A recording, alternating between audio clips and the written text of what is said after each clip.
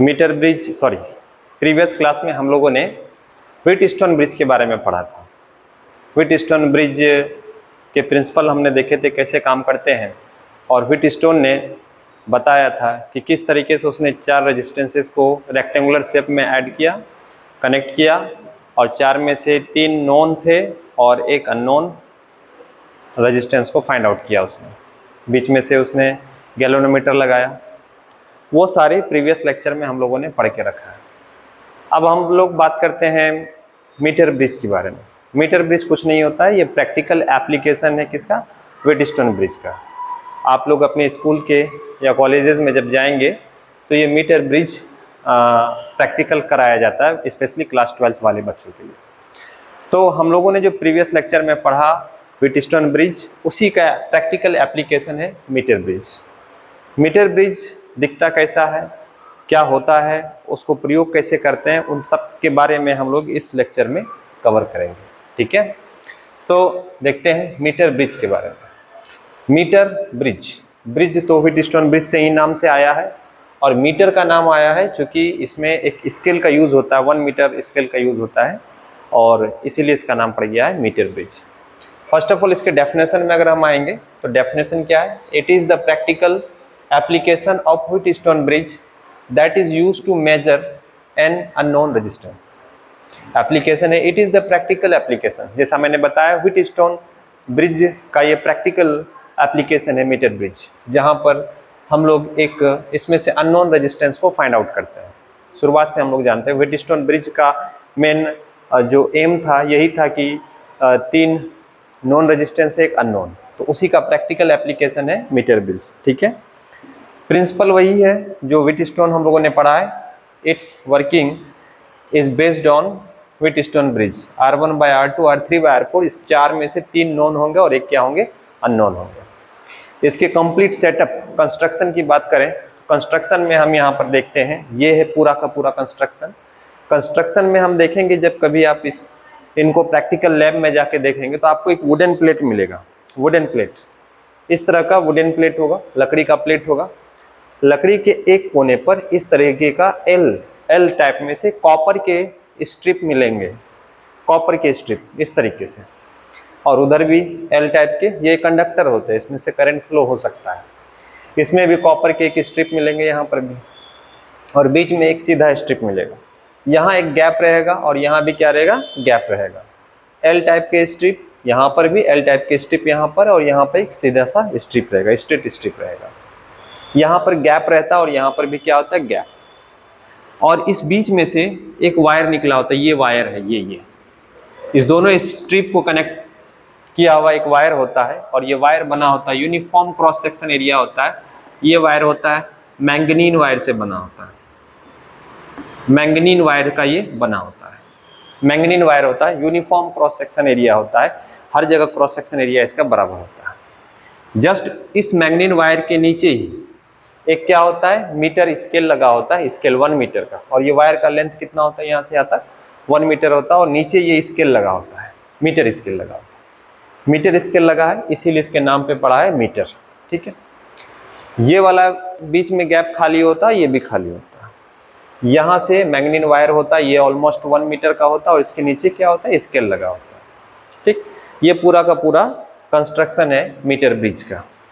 ये resistance box, galvanometer, और ये रेजिस्टेंस हम लोग बाद में इसमें ऐड करते हैं। कैसे ऐड करते हैं अब ध्यान सुनो। कंस्ट्रक्शन में अगर हमसे कोई पूछे कि मीटर ब्रिज में क्या क्या होता है, कुछ नहीं सर, एक वुडन प्लेट होता है, वुडन प्लेट के दोनों किनारे पर एल सेक्शन का स्ट्रिप होता है, और बीच में एक स्ट्रिप होता है, कॉपर के स्ट्रिप होते हैं, कंडक्टर होते हैं, और दोनों एल सेक्शन के एंड से कनेक्टेड एक वायर होता है। वो वायर किसका बना होता है? मैंगनीन वायर का होता है, यूनिफॉर्म क्रॉस सेक्शन होता है। उस मैंगनीन वायर के नीचे पे क्या होता है? मैंगनीन वायर के नीचे एक स्केल लगा होता है, और बीच में एक ये होता है, ये वाला खाली, ये वाला खाली। इस पूरे प्रयोग को करने के लिए हमें कुछ और भी चीज़ों की जरूरत पड़ेगी। हमें सप्लाई की जरूरत पड़ेगी, इलेक्ट्रिसिटी सप्लाई के लिए हमें एक बैटरी चाहिए, सोर्स चाहिए, हमें ये स्विच चाहिए, रेजिस्टेंस बॉक्स चाहिए, गैल्वेनोमीटर चाहिए, ये जॉकी, और ये हमारा अननोन रेजिस्टेंस जिसका हमें रेजिस्टेंस फाइंड आउट करने हैं। ठीक है, एक्सटर्नल चीज़ें हमें क्या क्या चाहिए अलग से? रेजिस्टेंस बॉक्स, गैल्वेनोमीटर, ये जो जॉकी कहलाता है ये भी कॉपर वायर का होता है, थोड़े से थिक होते हैं, मोटे होते हैं ये। और ये अननोन रेजिस्टेंस जिसका हमें रेजिस्टेंस फाइंड आउट करना है, ठीक है। जब हम प्रैक्टिकल लैब में जाते हैं तो प्रैक्टिकल लैब में हमारे पास रेजिस्टेंस बॉक्स होंगे। थोड़े बहुत रेजिस्टेंस बॉक्स के बारे में मैं बता दूं। रेजिस्टेंस बॉक्स आपको इस तरीके से लैब में देखने को मिलते हैं, इस तरीके से ऐसे होते हैं, इस तरीके से रेजिस्टेंस बॉक्स। ऊपर में अगर इसको देखें इस शेप में होते हैं, इस शेप में। यहाँ पे कॉपर के स्ट्रिप्स बने होते हैं इस तरीके से। यहाँ पर की लगे होते हैं, बहुत सारे की लगे होते हैं, ये की लगे होते हैं।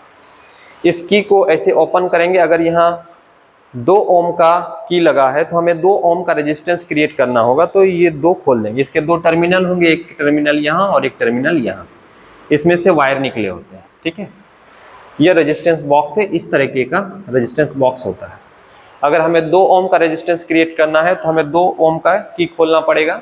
4 ओम का है तो 4 ओम का रेजिस्टेंस क्रिएट करेंगे, जिसके लिए 4 ओम का की खोल देंगे इस तरीके से। ये हो गया हमारा रेजिस्टेंस बॉक्स। ये कोई वायर होगा, कोई वायर जिसका हमें रेजिस्टेंस फाइंड आउट करने होते हैं।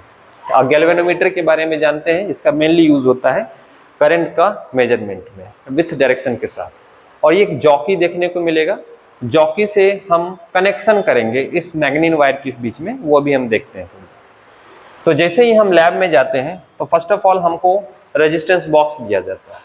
तो रेजिस्टेंस बॉक्स को इस वाले गैप में कनेक्ट कर देते हैं। इसके जो एक वायर होते हैं इस स्ट्रिप के साथ जोड़ देते हैं और इस स्ट्रिप के साथ जोड़ देते हैं। हाँ, कोई बोलेगा सर इसमें जोड़ दिए तो कोई भी दिक्कत नहीं है, तो लेकिन किसी एक गैप में हम इसको जोड़ देते हैं और कुछ रेजिस्टेंस बना लेते हैं। 2 ओम, 3 ओम, 4 ओम, 5 ओम, जितने ओम का आपके लिए जो कन्वीनियंट हो उस हिसाब से हम लोग बना लेते हैं। और जो ये हमारा हो जाएगा नॉन रेजिस्टेंस, ये हमारा हो जाएगा नॉन रेजिस्टेंस।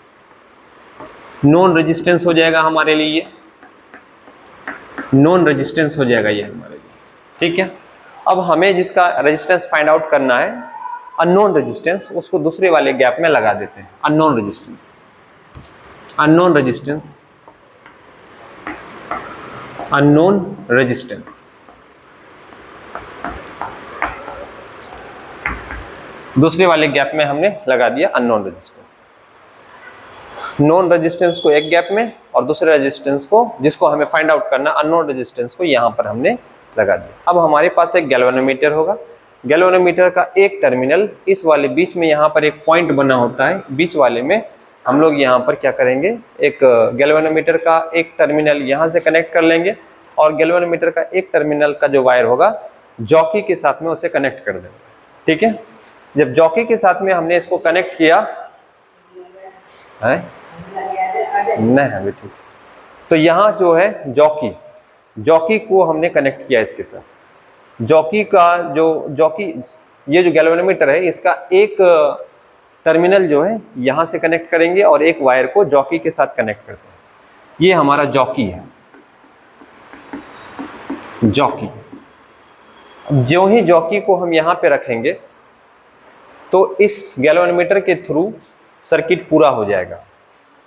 और हाँ, उससे भी पहले हम सप्लाई दे देते हैं ईएमएफ। ये हमारा ईएमएफ जो करंट सोर्स होगा, किसी एक्सटर्नल सोर्स से इसको कनेक्ट कर दिया, इसका पॉजिटिव टर्मिनल इस मैग्नीन वायर के इसके साथ और माइनस के साथ इसके साथ, ठीक है।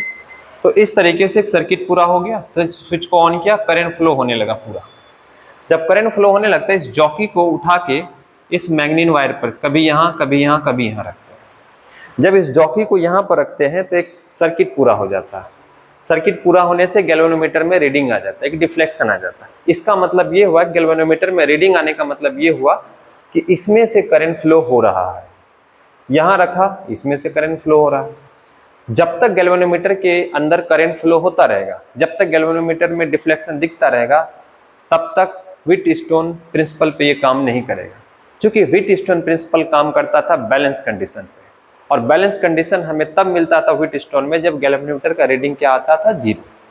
तो हम इस जॉकी को इस मैग्नीन वायर पर तब तक मूव करते रहेंगे, कभी यहाँ कभी यहाँ कभी यहाँ कभी यहाँ उठा के तब तक रखते रहेंगे जब तक कि गैल्वेनोमीटर का रीडिंग 0 ना आ जाए। जैसे ही गैल्वेनोमीटर का रीडिंग 0 आ गया, सपोज गैल्वेनोमीटर की रीडिंग 0 यहाँ पे आ गया, इस पॉइंट पे, और इस पॉइंट को ये जो पॉइंट आया, इस पॉइंट को बोल देंगे बैलेंस पॉइंट।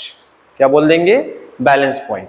जैसे गैल्वेनोमीटर का रीडिंग 0 आ गया तो इस पॉइंट को हम लोग क्या बोल देंगे? Balance point.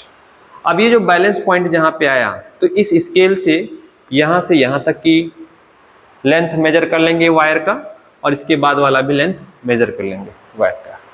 सपोज हम ये करते हैं कि यहां से यहां तक का लेंथ मैंने किया वायर का, तो ये हो जाएगा हमारा L। यहां ना लिख के मैं इसको नीचे लिख देता हूं। सपोज मैंने यहां से ये बैलेंस पॉइंट जो हमारा आ रहा है, ये बैलेंस पॉइंट, ये L लेंथ हो गया।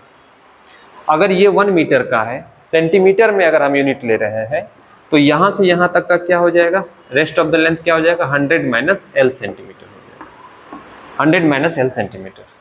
अगेन बैलेंस पॉइंट जहां पे मिला, हम तुरंत यहां से यहां तक उसका लेंथ मेजर कर लेंगे, फिर रेस्ट ऑफ द लेंथ कितना हो जाएगा? 100 माइनस L। तो हमारे पास क्या क्या हुआ हम देख लेते हैं। हमने सबसे पहले करंट सप्लाई दिया, या फिर उसके बाद करंट सप्लाई दिया, उसके बाद हमने रेजिस्टेंस बॉक्स को यहाँ से कनेक्ट किया, जो हमारे लिए कुछ रेजिस्टेंस क्रिएट किया, जो हमारे लिए नॉन रेजिस्टेंसेस, तो इसको हमने बोल दिया R1। ठीक है, और ये हमारा हमें फाइंड आउट करना है, इसको मैंने बोल दिया R2। क्लियर? और जो बैलेंस पॉइंट हमने इस पॉइंट पे मेजर किया है, निकाला है, इस पॉइंट से इधर वाले को हमने बोल दिया R3, और इधर की तरफ हमने बोल दिया R4। तो इसका मतलब ये हुआ कि आप देखें R1, R2, R3, R4 ये ऑलमोस्ट व्हीटस्टोन ब्रिज पे चला गया। ब्रिज का काम कौन कर रहा है? बीच में से निकला हुआ गैल्वेनोमीटर। ठीक है, अब जब मैंने देखा कि बैलेंस पॉइंट फाइंड आउट करने के बाद ये ऑटोमेटिकली व्हीटस्टोन ब्रिज के प्रिंसिपल पर आ ही गया, तो हमने क्या किया? रेजिस्टेंस तो हमें यहाँ से यहाँ तक के वायर का पता नहीं है, लेकिन हमने लेंथ मेजर कर लिया। इस मैंगनीन वायर का जो लेंथ यहाँ से यहाँ तक है L आया, और सेंटीमीटर में हम ले रहे हैं यूनिट, तो रेस्ट ऑफ द लेंथ उधर वाला क्या हो जाएगा? 100 माइनस L हो जाएगा। अब हम यहाँ पर अप्लाई करेंगे व्हीटस्टोन ब्रिज। जब बैलेंस पॉइंट मिल गया, तो यहाँ पर अगर हम अप्लाई करेंगे व्हीटस्टोन ब्रिज की वजह से R1 जैसा R1 बाई R2, और हो जाएगा R3 by R4। Clear? R1 हमारे पास ये कुछ रेजिस्टेंस हमने क्रिएट करके रखा, यहाँ पर उसका वैल्यू रख सकते हैं। R2 जो हमें अननोन है, हमें उसे फाइंड आउट करना है, उसको छोड़ देंगे। ये R1 हमें पता है, R1 पहले से, R2 हमें फाइंड आउट करना है, और R3 के लिए तो हमें L पता, R3 तो हमें पता ही नहीं। तो हम लोगों ने फॉर्मूला पढ़ के रखा है। क्या फॉर्मूला पढ़ के रखा है? हम लोगों ने फॉर्मूला पढ़ के रखा है R इज इक्वल टू, या फिर R is directly proportional to L पढ़ के रखा है। ये resistance is directly proportional to length, इसी को ब्रेक कर देंगे तो ये हो जाएगा KL। उसी तरीके से R3 के लिए हमारे पास ये वाला लेंथ हो जाएगा L, तो R3 is directly proportional to KL upon wire वही है, तो कांस्टेंट भी K ही बना रहेगा।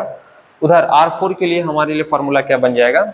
यहाँ का लेंथ है 100 माइनस L, तो ये हो जाएगा K 100 माइनस L। K क्या हो जाएगा? Cancel out. और इस तरीके से हमारे पास आ जाएगा R1 by R2 is equal to L by 100 minus L, ये आ जाएगा। इस फार्मूले से हम लोग अननोन रेजिस्टेंस का वैल्यू फाइंड आउट कर लेंगे।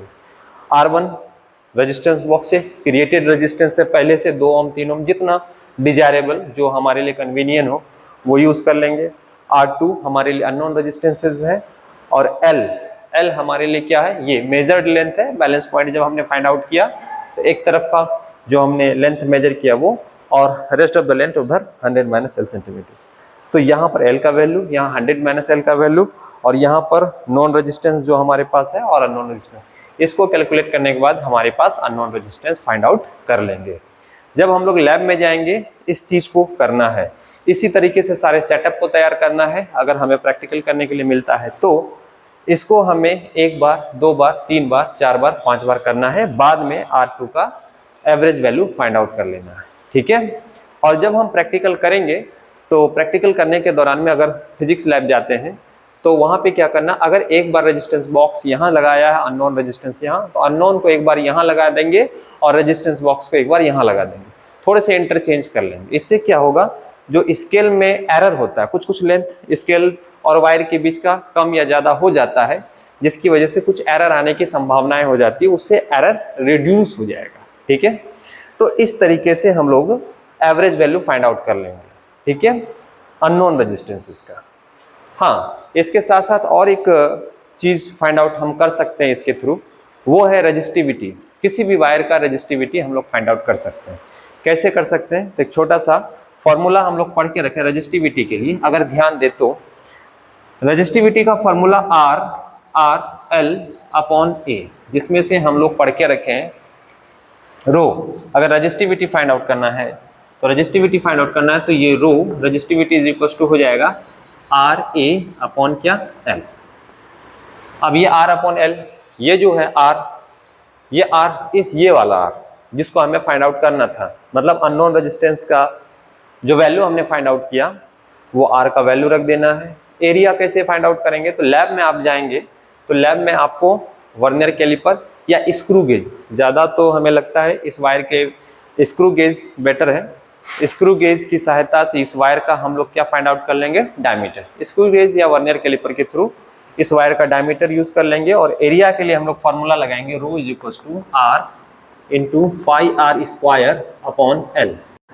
ये जो एल है, एल गिवन वायर का लेंथ है। जब भी हमें रेजिस्टिविटी फाइंड आउट करना है तो एल जो हमें रखना है, जिस वायर का हमने रेजिस्टेंस फाइंड आउट किया उसी का हमें लेंथ रखना होता है यहाँ पे। तो एक यहाँ पे ध्यान रखने वाली बात क्या है, रेजिस्टेंस जो अननोन था हमने उसको फाइंड आउट किया, फिर पायर स्क्वायर से एरिया फाइंड आउट किया, उसका cross section area, screw gauge के थ्रू हम उसका डायमीटर फाइंड आउट कर लेंगे, फिर वहाँ से हम लोग उसका एरिया फाइंड आउट कर लेंगे पायर स्क्वायर, और ये जो लेंथ होगा अननोन रेजिस्टेंस जिस वायर का लिया है उसका लेंथ फाइंड आउट कर लेते हैं। तो इस तरीके से ये पूरा का पूरा होल सेटअप है मीटर ब्रिज का। अगर हमें कभी प्रैक्टिकल करने का मौका मिलता है तो इसे हम बिल्कुल हूबहू प्रेजेंट करेंगे और प्रैक्टिकल लैब में किस तरीके से सारे वो आते हैं टेबल बनाने के लिए, प्रैक्टिकल कॉपी में टेबल पे उसके वैल्यूज़ को रखते हैं। ठीक है, और जब इसके लॉन्ग क्वेश्चन में अगर ये आते हैं तो लॉन्ग क्वेश्चन में सबसे पहले definition, principle, construction, working principle और ये कॉन्सेप्ट डेराइव कर देना। ठीक है बच्चों, ये हमारा टोटल हो गया मीटर ब्रिज, और ये मीटर ब्रिज के सारे कॉन्सेप्ट आई थिंक मुझे लगता है क्लियर हो गया होगा। नेक्स्ट क्लास में इसके कुछ क्वेश्चंस करके आगे के टॉपिक को कवर करेंगे। ठीक है बच्चों, थैंक यू।